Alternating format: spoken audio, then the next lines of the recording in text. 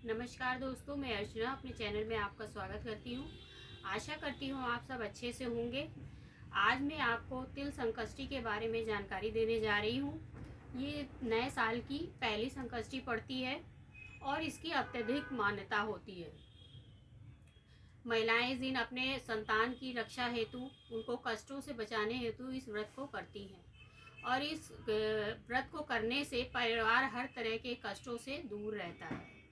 तो जो लोग भी इस व्रत को करते हैं तो वो ये छोटी छोटी बातों की जानकारी जान सकते हैं और अपने व्रत को और ज़्यादा अच्छे से कर सकते हैं। तो चूँकि ये व्रत जो है संतान की रक्षा के लिए किया जाता है, उसको हर प्रकार के कष्ट से बचाने के लिए किया जाता है, तो बहुत से घरों में हमारी माताएं बहनें इस व्रत को करती हैं। इस व्रत में तिल का बहुत ही अत्यधिक महत्व होता है, इसीलिए इसके कई प्रकार के नाम भी बोले जाते हैं। बहुत सारे नाम भी बोले जाते हैं, जैसे तिलकुटा चौथ और लंबोदर चौथ, क्योंकि इस दिन गणेश भगवान की पूजा करी जाती है, तो गणेश जी का एक नाम लंबोदर भी है, तो इसलिए इसको लंबोदर चौथ भी बोलते हैं। इसी प्रकार से इसको माघी चौथ भी बोलते हैं, क्योंकि ये माघ माह में पड़ती है, इसलिए इसको माघी चौथ भी बोलते हैं। तो जगह जगह प्रांत प्रांत के हिसाब से, अलग अलग जगहों के हिसाब से इसको अलग अलग तरीके से और अलग अलग नामों से पुकारा जाता है, लेकिन इसको करने का उद्देश्य सबका एक ही होता है, अपने संतान और अपने परिवार की रक्षा हेतु। इस चौथ की अत्यधिक मान्यता मानी जाती है।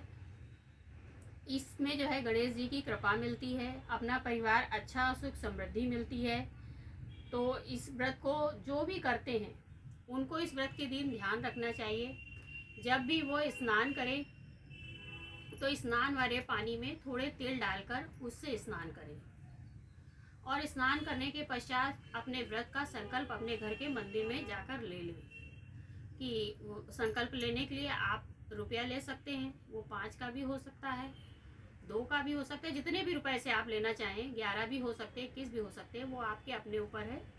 और कुछ अक्षत तो इस दिन लिए नहीं जाएंगे, तो आप थोड़े से तिल लेके, फूल लेके और रुपए लेके, संकल्प लेके उस संकल्प के सिक्के को और बाकी चीज़ों को भगवान के चरणों में रख दीजिए, गणेश जी के, और बोल दीजिए कि मैंने व्रत का संकल्प लिया है, मैं आप इतनी कृपा कीजिए कि मैं इस व्रत को निर्विघ्न पूरा करूं। उसके बाद आप दिन भर निराजल व्रत रहेंगी। इस व्रत में पानी नहीं पिया जाता है। कुछ लोग शाम को पूजा करने के बाद खा पी लेते हैं और कुछ लोग अगले दिन सूर्योदय के समय इस व्रत को पारण करते हैं। तो जैसा भी आपके यहाँ किया जाता है वैसे आप कर सकते हैं। और इसको करने के भी हर जगह अलग अलग नियम होते हैं। कुछ जगह पे गणेश जी की, शंकर पार्वती जी की, सबकी प्रतिमा रखकर उनकी पूजा करी जाती है। कुछ जगहों पर पीढ़े पे या पिढ़ाई पे इनकी क्या बोलते हैं, सकट चौथ की प्रतिमा बनाई जाती है घी से, देसी घी के द्वारा, और उसको बनाकर उसकी ही पूजा करी जाती है। इसी तरह से अलग अलग प्रांतों में अलग अलग तरह से पूजा करी जाती है। तो जिस प्रकार से भी आपके परिवार में होती है, आप अपने बड़ों से पूछ लीजिए, उनसे जानकारी ले लीजिए, जिस तरह से होती है उसी तरह से करिए। लेकिन ये ध्यान रखिए कि उनको भोग में उस दिन तिल का ही भोग लगता है।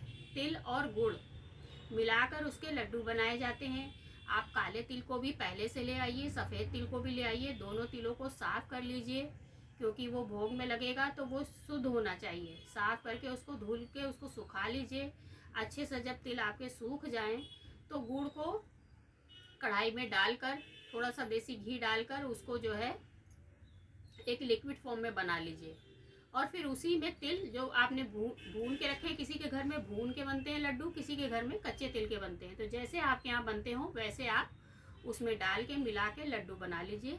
और फल फूल मिष्ठान जो भी चढ़ाने के लिए आपके पास हो, वो सारी चीज़ों के साथ, पान, इन सब चीज़ों से भगवान की पूजा करिए। तो पूजा करने के लिए सबसे पहले आप अपने घर के ईशान कोण में, यानी उत्तर पूर्व का जो कोना है, वहाँ पर एक चौकी लगा लीजिए। चौकी लगाकर उस पर पीला वस्त्र बिछा लीजिए। ये ध्यान रखिए कि हर चीज़ स्वच्छ होनी चाहिए, शुद्ध होनी चाहिए। वस्त्र बिछाकर उस पर आप गणेश जी की एक प्रतिमा स्थापित कीजिए, और अगर आपके पास शिव जी, पार्वती जी और गोद में गणेश जी को लिए हुए ऐसी कोई प्रतिमा है तो अति उत्तम, उस प्रतिमा को आप ले लीजिए, क्योंकि माँ इसमें अपनी संतान के लिए व्रत करती है, इसलिए ऐसी प्रतिमा अगर आपको मिल जाती है या आपके पास है तो अति उत्तम है।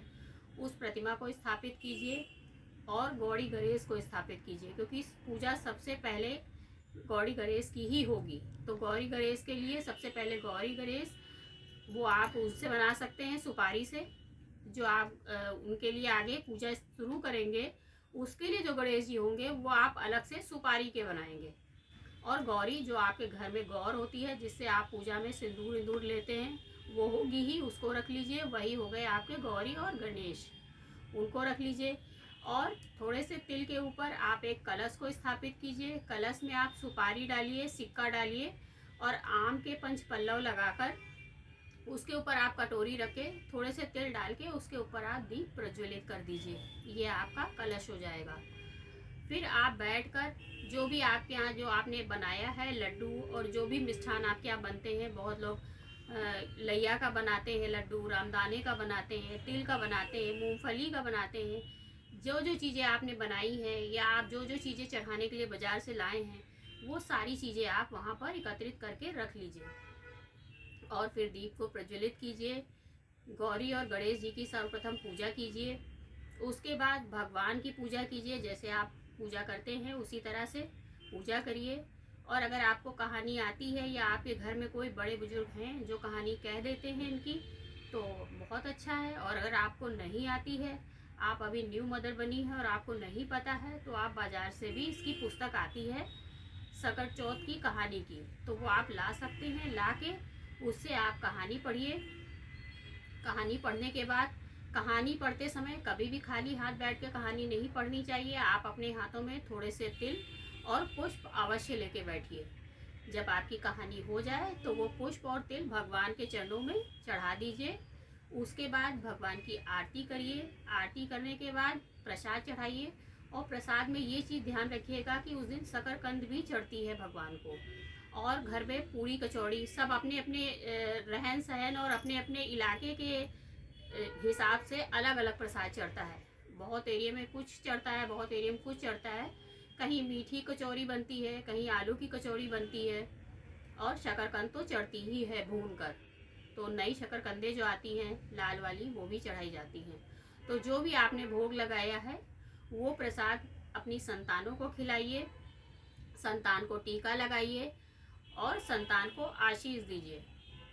और इस तरह से आप अपने इस व्रत को कर सकते हैं। अगर उस दिन आपके यहाँ व्रत खोला जाता है तो आप पूजा करने के बाद अपना चाय पानी पी के अपना व्रत खोल सकती हैं। लेकिन व्रत खोलने के बाद भी ध्यान रखिए कि आप स्वच्छ भोजन ही करेंगी। किसी भी प्रकार का प्याज लहसुन वाला या इस तरह का भोजन नहीं करेंगी। वो आप अगले दिन सुबह स्नान करने के बाद तभी करेंगी। और अगर आपके यहाँ अगले दिन व्रत खोला जाता है तो बहुत से लोग सिर्फ शकरकंदी और दूध लेकर ही रहते हैं रात में, अगले दिन सूर्योदय के समय व्रत को खोलते हैं। तो जिनके यहाँ ऐसी परंपरा है तो वो ऐसे भी कर सकते हैं। अब रही बात, अगर आपको कहीं से मिल जाए तो इस पूजा में आप गणेश जी को पान भी चढ़ाइए। उनको धूप बहुत प्रिय होती है, आप उनको धूप चढ़ा सकते हैं। जो भी गणेश जी की मनपसंद चीज़ें हैं वो आप उनको चढ़ा सकते हैं। तो इस प्रकार से आप इस व्रत को कर सकते हैं। और इस व्रत का अत्यधिक महत्व होता है। जो भी महिला इस व्रत को करती है उसकी संतान सदैव उन्नति करती है। तो इस व्रत को जरूर कर। अब मैं आपको इस व्रत को करने का मुहूर्त बता देती हूँ, कौन सा शुभ मुहूर्त है। तो ये व्रत पड़ रहा है दिन शुक्रवार 21 जनवरी को। इस दिन सुबह 8:51 से संकष्टी लग जाएगी, जो 22 जनवरी सुबह 9:14 तक रहेगी। तो इस दौरान आप अपने व्रत और पूजा को कर सकते हैं। तो दोस्तों, आपको ये जानकारी कैसी लगी और आप इसके बारे में कोई जानकारी चाहते हैं तो वो बताइएगा। और चैनल को सब्सक्राइब करिए, सपोर्ट करिए। धन्यवाद दोस्तों।